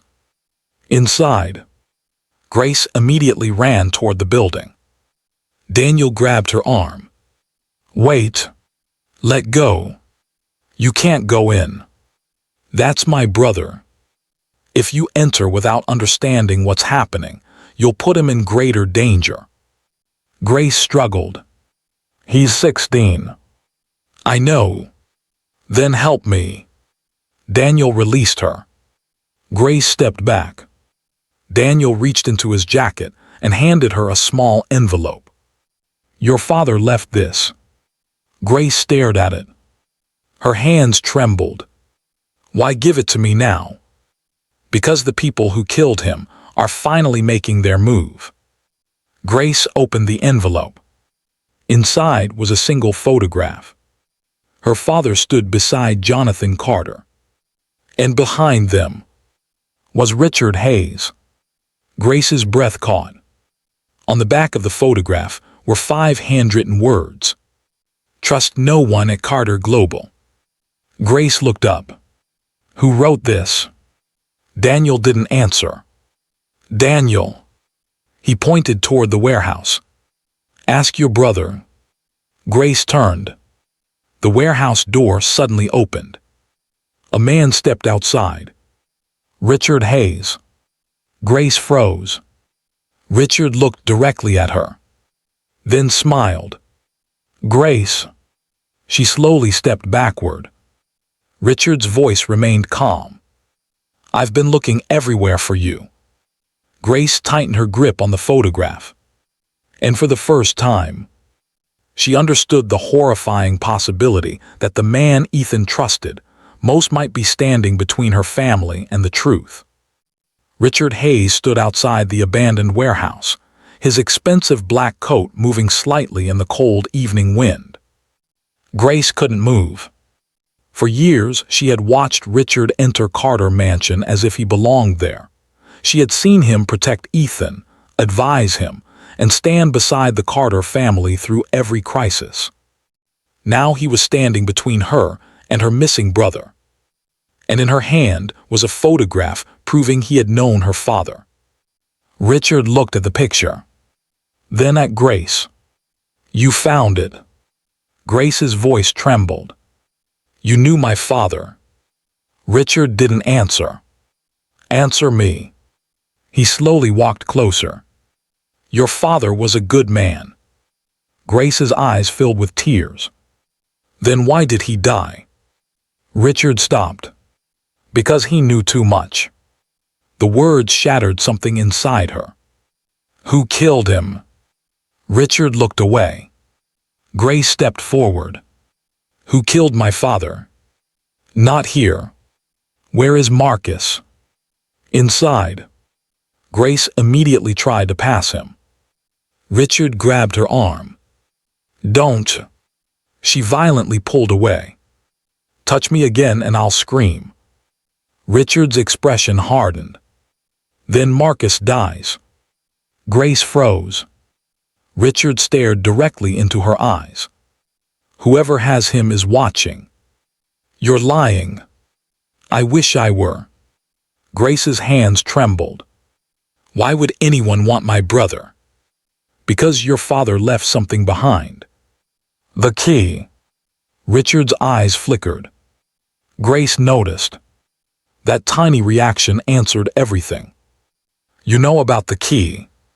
Richard said nothing. Grace stepped backward. You've been looking for it. Grace. You've been searching for my father's secret. Richard's voice became quiet. Your father hid something that could destroy powerful people. Then why are you helping them? I'm not. You're lying. Grace's voice echoed across the empty property. Richard glanced toward the warehouse. Keep your voice down. No. Grace's anger finally exploded. My brother is missing. My father was murdered. Victoria tried to kill me. And now you're standing here telling me to be quiet. Richard stared at her. Grace's eyes burned with rage. People watching this story right now need to understand something. If you have ever watched someone you love get threatened, manipulated, or taken from you, then you already know why Grace refuses to stay silent. So before we continue, subscribe to this channel right now and comment below where you are watching from. I want to know how many people are standing with Grace tonight, because what she is about to discover will change everything. Richard's expression remained unreadable. Grace suddenly noticed something. His right hand was bleeding. What happened? Richard looked down. Nothing. That's not nothing. I was attacked. By whom? Victoria's people. Grace stared. Victoria. Richard nodded. She ordered Marcus taken. Grace's anger returned. Where is he? Richard pointed toward the warehouse. Inside. Grace moved forward. Richard blocked her again. You can't go in. Move. Grace. Move. Richard lowered his voice. If you enter that building, the people inside will know I betrayed them. Grace froze. Betrayed them. Richard looked at her. Yes. Then you're helping me. Richard hesitated. Not exactly. Before Grace could respond, a gunshot echoed from inside. Grace screamed. Marcus! She ran toward the warehouse. Richard followed. Grace reached the door first. Then stopped. A voice came from the darkness. Welcome home, Grace. Her blood ran cold. It was Victoria.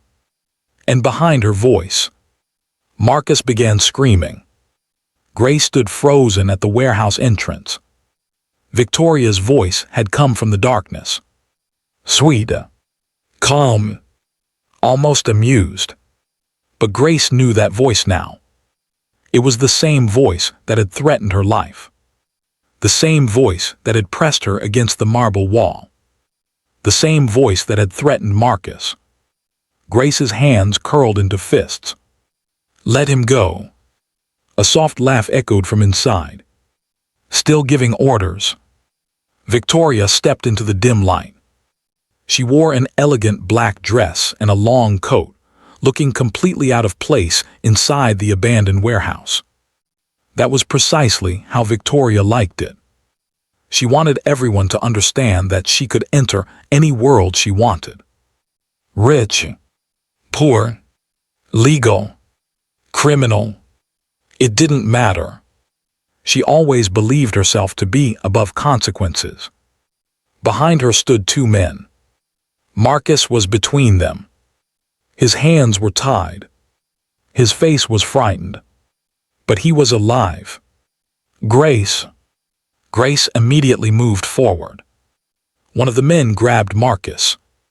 Victoria raised her hand. Don't. Grace stopped. Victoria smiled. Good girl. Grace's face twisted with rage. Touch him and I'll kill you. Victoria laughed. You. She slowly looked Grace up and down. You're a maid. Grace stared at her. And you're a murderer. Victoria's smile disappeared. Richard stepped forward. Victoria. She turned. Richard. Their eyes met. For several seconds, neither spoke. Grace suddenly understood something. Richard wasn't surprised to see Victoria. He had expected her. That realization terrified her. You knew she was coming. Richard didn't answer. Victoria smiled. Of course he knew. Grace looked at Richard. You're working together. No. Victoria answered before Richard could. He's working for himself. Richard's expression hardened. Victoria walked toward Grace. Do you know what your father did? Grace remained silent. He stole something from the Carter family. Richard interrupted. That's not true. Victoria looked at him. Then why are you afraid? Richard's face changed. Grace noticed. Victoria had struck a nerve. Your father discovered a secret, Victoria continued. A secret Jonathan Carter buried before he died. What secret? Victoria smiled. Ask Ethan. Grace's heart tightened. What does Ethan know? Nothing. Then why mention him? Because he's about to lose everything. Grace stared at her. Victoria stepped closer. Do you really think Ethan loves you? Grace's expression changed. Victoria laughed. He doesn't even know you. That's enough. Richard's voice was sharp. Victoria looked at him. You're becoming emotional. Release Marcus. Not yet. Grace stepped forward. What do you want? Victoria finally smiled again. The key.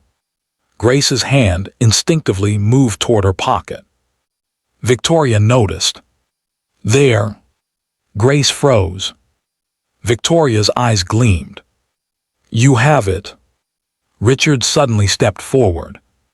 Victoria, don't. She ignored him. Give it to me. No. Victoria's smile vanished. Then Marcus dies. Grace stared at her brother. Marcus shook his head. Don't give it to her. One of the men struck Marcus across the face. Grace screamed. Stop. Victoria raised her hand. The man stepped back. Grace's eyes filled with tears. Victoria leaned closer. Now you understand.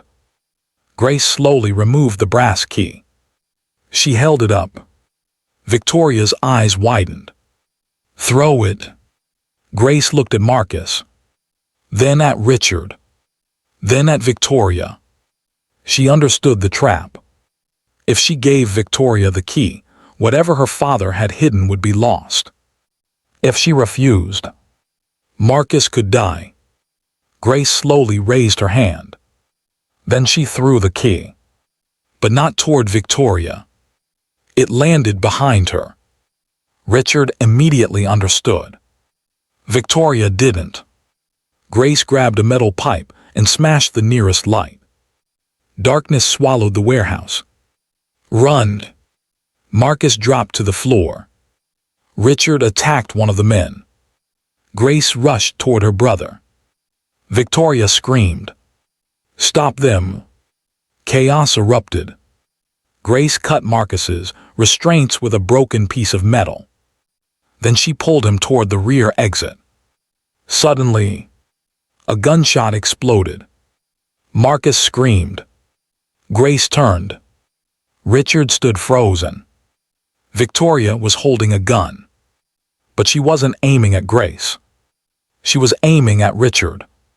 And behind Victoria, Ethan Carter stepped into the warehouse. His face was cold. His voice was deadly. Victoria. She slowly turned. Ethan stared at her. Put the gun down. Victoria's face went pale. For the first time, she realized the game had changed. Because Ethan had heard everything. Ethan stood in the warehouse entrance, his eyes fixed on Victoria. For several seconds, nobody moved. Victoria held the gun. Richard stood between her and Grace. Marcus was on the floor. And Grace. Grace was staring at Ethan as if she couldn't decide whether his arrival meant salvation or another danger. Ethan slowly raised his hands. Victoria. She pointed the weapon toward him. Don't come any closer. Ethan stopped. His eyes moved to Marcus. Then Grace. Then Richard. Finally, he looked at the gun. Put it down. Victoria laughed nervously. You don't understand what's happening. I understand enough. No, you don't. Victoria's voice cracked. You think I'm the villain because you heard one recording. Ethan's expression didn't change. One recording. Victoria froze. Ethan took one step forward. I heard you threaten Grace. Another step. I heard you threaten her brother. Victoria's face became pale. I heard you discussing forged documents. Ethan's voice grew colder. And I heard you talking about taking control of my company. Victoria's hand trembled. Grace watched silently. She had never seen Ethan like this. The man who had once treated Victoria with tenderness now looked at her as if she were a stranger. Victoria slowly lowered the gun. Ethan, don't. His voice stopped her. Don't say my name like you still have the right. Victoria's eyes filled with tears. You don't know why I did it. I don't care. You will. Ethan stared at her. Then explain. Victoria glanced toward Richard. That tiny movement told Ethan everything. There was another secret. Richard suddenly stepped backward. Ethan noticed. Richard. Richard stopped. Don't move. Richard's face hardened. You're making a mistake. Maybe. Ethan's eyes narrowed. But tonight, I'm willing to make one. Richard looked toward the exit. Ethan immediately understood. Security. No one answered. Ethan's security team had been ordered to stay away. That was why he had come alone. Or so everyone thought. A voice suddenly came from outside. Mr. Carter. Richard's face changed. Ethan smiled faintly. Did you really think I would come here without backup? 2 armed police officers entered. Detective Laura Bennett followed them. Victoria immediately raised her hands. Wait. Laura stepped forward. Put the weapon down. Victoria slowly placed the gun on the floor. An officer moved toward her. Turn around. Victoria obeyed. The handcuffs clicked. Grace watched. For one brief moment, relief washed over her. Then Victoria turned her head. Grace. Grace froze. Victoria smiled. You think this is over? Ethan stepped forward. Take her away. Victoria laughed. You still don't understand. Ethan stared at her. Understand what? Victoria looked at Richard. Then at Grace. Your father didn't die because of me. Grace's breathing stopped. What? Victoria smiled. Ask Richard. Everyone turned. Richard's face became expressionless. Grace looked at him. Is she telling the truth? Richard said nothing. Answer me. Still nothing. Grace stepped toward him. Did you kill my father? Richard finally spoke. No. Grace's eyes filled with tears. Then who did? Richard looked at Ethan. Ethan immediately understood. This was bigger than Victoria. Much bigger. Richard's voice was quiet. Your father was investigating Jonathan Carter. Ethan stiffened. What? Richard continued. Daniel discovered money being stolen from Carter Global. Ethan stared. By whom? Richard looked toward Victoria. Victoria smiled. Now we're getting somewhere. Ethan turned to her. Who? Victoria's expression became strangely calm. The person who controlled the company before you. Ethan's heart stopped. My father. No. Victoria looked at Richard. His closest friend. Ethan's eyes narrowed. Who? Richard finally answered. Samuel Carter. Silence. Ethan stared at him. Samuel Carter was his father's younger brother. His uncle. A man Ethan had believed died overseas 20 years earlier. Ethan's voice became barely audible. That's impossible. Richard shook his head. He's alive. Grace looked confused. Who is Samuel Carter? Uthan didn't answer. He couldn't. Because suddenly, the entire Carter family history seemed to be changing. Victoria smiled. Your uncle didn't disappear. Uthan looked at her. He was forced to disappear. By whom? Victoria's eyes moved toward Richard. Richard's face remained cold. By the people who wanted control. Uthan's breathing became heavy. Then his phone rang. He looked at the screen. Unknown number. He answered. No one spoke. Then a man's voice came through. Uthan. Uthan froze. He knew that voice. It was impossible. He had heard it only in childhood recordings. Who is this? The voice laughed softly. Your father never told you about me. Uthan's face went pale. Samuel. The line went silent. Then the man said, Ask your uncle why Daniel Johnson had to die. The call ended. Uthan stood frozen. Grace stared at him. Who was that? Uthan slowly lowered the phone. His voice was barely a whisper. My uncle. Victoria smiled. Now you understand. But Uthan looked at her with hatred. No. He stepped closer. I understand one thing. Victoria's smile disappeared. Uthan's eyes hardened. You didn't build this conspiracy. He looked at Richard. You were part of it. Then he looked at Victoria.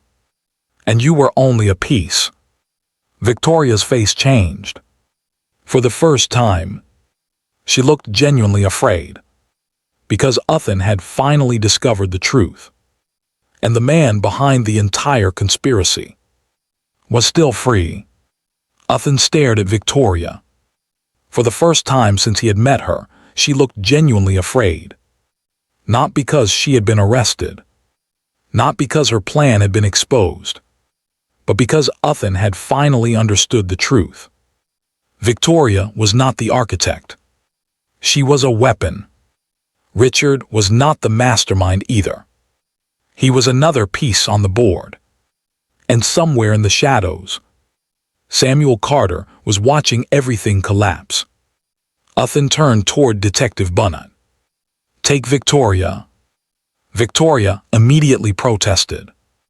Uthan, wait. He didn't look at her. Take her. The officers moved. Victoria suddenly shouted. You'll regret this. Uthan stopped. Slowly he turned. Victoria's eyes were filled with rage. You think arresting me will save you? Uthan stared. You threatened Grace. I was protecting myself. You threatened her brother. I had no choice. You tried to steal my company. Victoria laughed bitterly. You still don't understand. Uthan walked closer. What don't I understand? Victoria leaned toward him. The people you think are your enemies are not the ones you should fear. Uthan's expression hardened. Then tell me who I should fear. Victoria looked at Richard. Richard immediately shook his head. Don't. Victoria smiled. Why not? Victoria. Let him know. Uthan looked between them. Know what? Victoria's eyes returned to Uthan. Your father wasn't the man you think he was. Uthan froze. Richard stepped forward. Enough. Victoria laughed. You're afraid, Richard. Stop talking. Why? Victoria's smile widened. Because if Uthan discovers what Jonathan did, he'll finally understand why everyone is afraid of his family. Uthan's voice became dangerously quiet. What did my father do? Nobody answered. The silence became unbearable. Uthan grabbed Richard by the collar. What did my father do? Richard didn't resist. Let me go. Answer me. Grace watched them. She had never seen Uthan lose control like this. Mucka stood beside her, still shaken. Uthan pushed Richard against the wall. You knew my father. Richard stared at him. Yes. You knew Grace's father. Yes. You knew about the missing will. Richard said nothing. Uthan's grip tightened. And you knew about Samuel. Richard finally looked away. That was enough. Uthan released him. Then Grace stepped forward. Richard. He looked at her. Tell us the truth. Richard's expression softened. I can't. Grace's voice broke. Why? Because if I tell you, you'll become a target. Grace stepped closer. Already am. Richard looked at Mucka's. That's why I took him. Grace's eyes widened. You kidnapped my brother. I removed him from Victoria's reach. Without telling me. I couldn't. Why? Richard looked at Uthan. Because your phone was compromised. Uthan froze. What? Richard continued. Someone has been monitoring your communications for months. Uthan stared. Who? Richard shook his head. I don't know. Victoria suddenly laughed. Everyone turned. You really don't know. Richard glared at her. Victoria's eyes glittered. Then perhaps I should tell them. Richard moved toward her. Don't. Victoria smiled. Samuel Carter isn't working alone. Uthan's face changed. Who else? Victoria looked directly at him. Someone inside your family. The room fell silent. Uthan took a step forward. Who? Victoria said nothing. Uthan's anger exploded. WHO. Victoria smiled. Find the original will. Uthan stared at her. Why? Because the truth is written inside it. She turned toward the officers. Take me. As Victoria was led away, Uthan stood frozen. Grace suddenly grabbed his arm. Uthan. He looked at her. What? I know where the key opens. Uthan stared. How? Grace remembered her father's words. You'll know when you need it. She looked at Mucka's. Then Uthan. There's an old Carter property. Uthan's eyes narrowed. The Hudson facility. No. Grace shook her head. Another one. Where? My father took me there when I was 17. Uthan's heart began pounding. What did you see? Grace looked frightened. A vault. Uthan froze. Your father showed you a vault. Yes. Why didn't you tell me? Because I didn't remember the location. Do you now? Grace nodded. Yes. Before Uthan could respond, her phone suddenly rang. Everyone froze. The number was unknown. Grace answered. A man's voice whispered. Grace Johnson. Who are you? Someone who knows what your father hid. Uthan moved closer. The voice continued. If you want the truth, bring Uthan Carter. Grace's face went pale. Where? Come alone. The call ended. Uthan stared at her. What did he say? Grace looked at him. Then slowly shook her head. He said we need to find the vault. Uthan's expression changed. Outside, thunder rolled over the city. And inside the warehouse, nobody noticed the tiny red light blinking on the ceiling. Someone had been recording them. Someone had heard everything. And that person immediately sent a message. They know about the vault. A reply arrived. Then kill them before they open it. Uthan stared at Grace. The vault. She nodded, still clutching the photograph. My father took me there once. I was 17. He told me never to return unless I had no other choice. And now you remember. Not everything, but I remember the road, I remember the river, and I remember the door. Mucka stepped closer. Grace, what did Dad hide? She looked at him. I don't know. Richard suddenly spoke. You have to leave. Uthan turned sharply. Why? Richard's eyes moved toward the ceiling. The recording.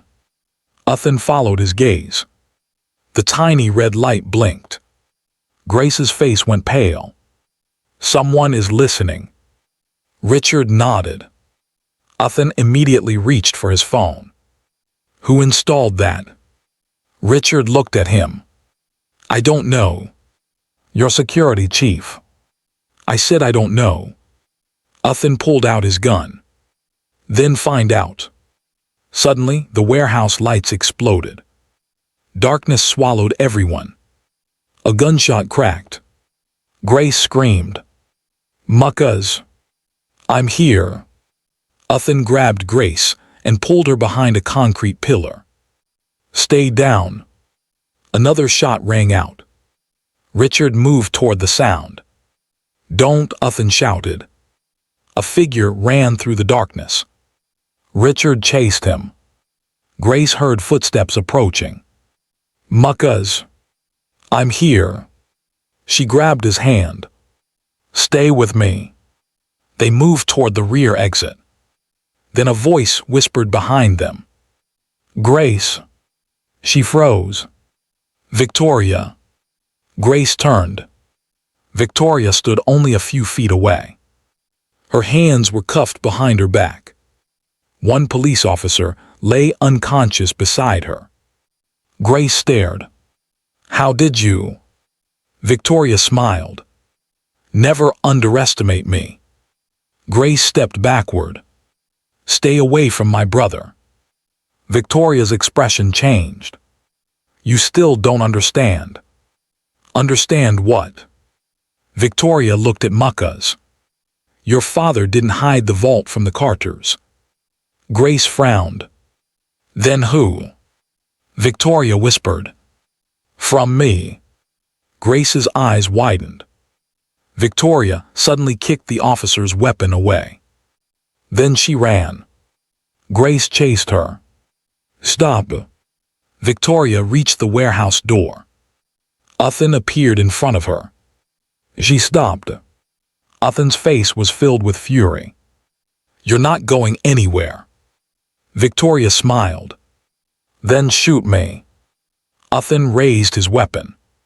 Grace stepped between them. No. Uthan stared. Move. Don't. Victoria laughed. Look at you. Grace turned. What? Protecting the woman who destroyed your life. Grace's eyes burned. You destroyed my life. Victoria shook her head. No. She leaned closer. Your father did. Grace slapped her. The sound echoed through the warehouse. Victoria slowly turned her face back. Then smiled. Now you're finally angry. Grace's breathing became heavy. Victoria whispered. Good.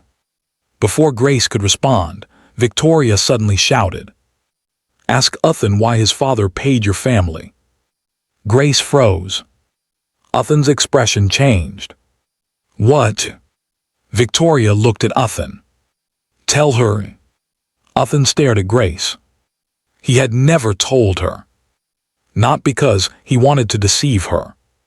Because he hadn't known. But now, he remembered something. A payment. A settlement. His father's signature. Grace's family had received money after Daniel's death. Uthan had always assumed it was compensation. Grace looked at him. What is she talking about? Uthan's silence destroyed her. Uthan. He lowered his weapon. I didn't know. Grace stepped backward. You knew about the money. I knew there was a settlement. But you never told me. I didn't know it was connected to your father. Victoria laughed. Of course he didn't. Grace looked at Uthan. How much? Uthan hesitated. How much money did your family pay mine? Grace. How much? $200,000. Grace's eyes filled with tears. $200,000. Her father had died, and the Carter family had paid her family to make the questions disappear. Victoria smiled. Now you understand why your father was afraid. Grace turned toward Uthan. Did Jonathan Carter kill my father? Uthan couldn't answer. Richard suddenly returned. His face was bleeding. Not Jonathan. Everyone turned. Richard looked at Grace. Daniel Johnson was killed by someone else. Who? Richard's eyes moved toward Victoria. Victoria shook her head. Don't. Richard continued. The man who ordered Daniel's death was. A loud crash interrupted him. The warehouse doors burst open. A black SUV smashed through the entrance. Everyone screamed. The vehicle stopped. The driver's door opened. A man stepped out. Uthan stared. He knew him. Impossible. Uncle Samuel. The man smiled. Hello, Uthan. Grace froze. Samuel looked at her. Then at Mucka's. Then at Richard. Finally he smiled. Now that we're all together. He raised a gun. We can finally discuss what your father did. Samuel Carter stood beneath the broken warehouse lights, holding everyone at gunpoint. Uthan couldn't breathe. For 20 years, Samuel had been considered dead. His disappearance had become one of those Carter family tragedies nobody discussed anymore. Uthan remembered being a child and hearing his father tell relatives that Samuel had died overseas. There had been no funeral, no body, only a quiet announcement and a sudden silence around his uncle's name. Now Samuel stood before him, older but unmistakable. Put the gun down, Uthan said. Samuel smiled. You always sounded like your father. Don't mention him. Why afraid of what you'll learn? Uthan's jaw tightened. Grace stood beside Mucka's. Richard remained several feet away, watching Samuel carefully. Victoria was the only person who looked unsurprised. Uthan noticed. You knew he was alive. Victoria smiled. I told you, I was never the mastermind. Uthan looked at Samuel. Why are you here? Samuel's expression hardened. Because your father stole my life. Uthan frowned. What does that mean? Samuel slowly lowered the gun. Jonathan Carter was supposed to lose everything. Richard stepped forward. Samuel, stop. Samuel turned toward him. You don't get to tell me what to do. You promised. I promised nothing. Grace stared at Richard. What promise? Samuel laughed. Richard promised to protect your father. Grace's heart stopped. Richard's face became pale. Samuel continued. He failed. Grace stepped toward Richard. What is he talking about? Richard looked at her. I tried. Then why did my father die? Richard's voice broke. Because I arrived too late. The words silenced everyone. For years, Richard had carried the guilt alone. Now the truth began emerging. Daniel Johnson had discovered the financial scheme. He had found millions of dollars being moved through secret accounts connected to Carter Global. But Daniel didn't know the money wasn't being stolen by Jonathan. It was being stolen from Jonathan. Samuel had built the operation. His plan was to make Jonathan appear guilty, destroy his reputation, seize control of the company, and disappear before anyone discovered the truth. But Daniel found the evidence. He confronted Samuel, and Samuel ordered his silence. Richard had been sent to protect Daniel. He arrived after the shooting. Daniel was already dying. But before he died, Daniel gave Richard one instruction: protect Grace, protect Muckas, and never allow Samuel to find the key. Grace's tears fell. My father knew. Richard nodded. He knew Samuel would come for you. Grace looked at Samuel. You killed him. Samuel's face remained emotionless. Your father made a choice. What choice? He chose loyalty over survival. Grace's voice trembled. You murdered him. Samuel raised the gun again. Careful. Muckas stepped forward. You killed my father. Samuel looked at him. And you must be Muckas. Muckas's eyes filled with hatred. Samuel smiled. You look exactly like him. Uthan moved between them. Enough. Samuel pointed the gun toward Uthan. Your father betrayed me. How? Jonathan discovered what I was doing. Uthan froze. Samuel continued. He confronted me. Then why didn't he expose you? Samuel smiled. Because he couldn't. Why? Because he had already signed something. Uthan's expression changed. What? Samuel looked toward Grace. The original will. Richard suddenly shouted. Don't. Samuel smiled. Now you understand. He turned toward Grace. The vault doesn't contain money.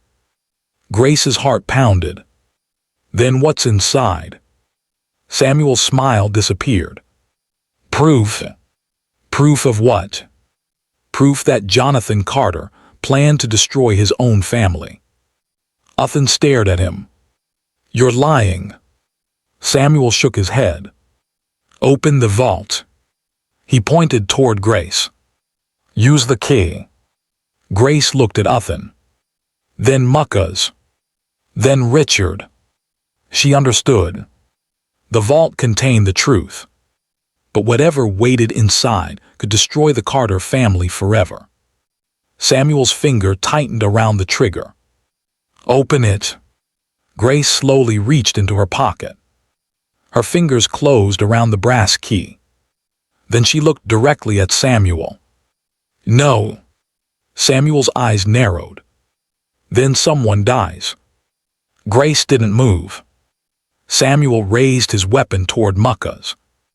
Uthan suddenly lunged. A gunshot exploded. Muckas screamed. Grace dropped to the floor.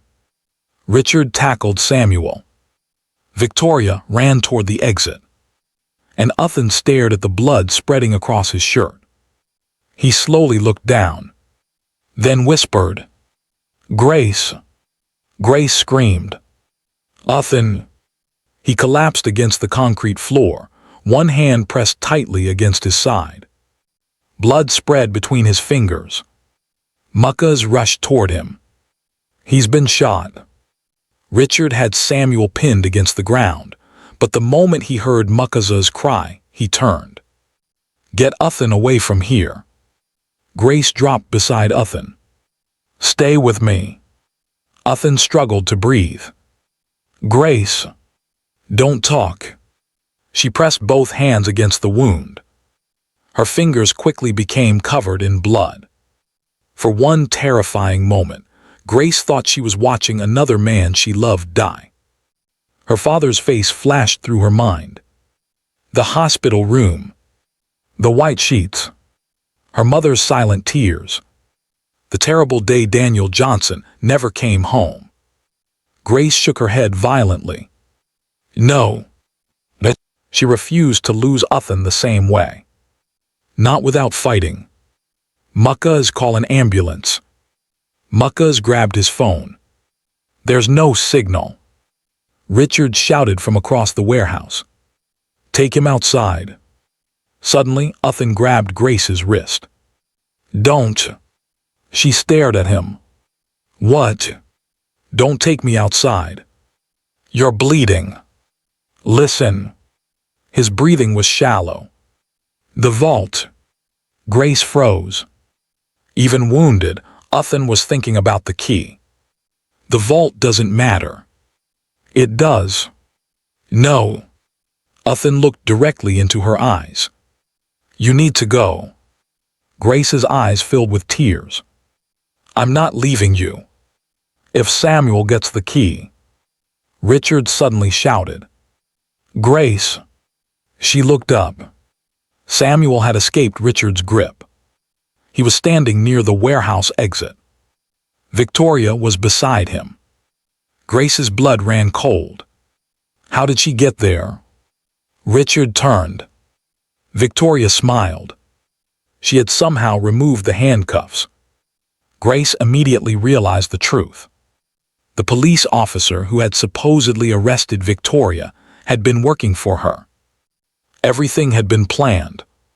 Victoria and Samuel began moving toward the exit. Uthan,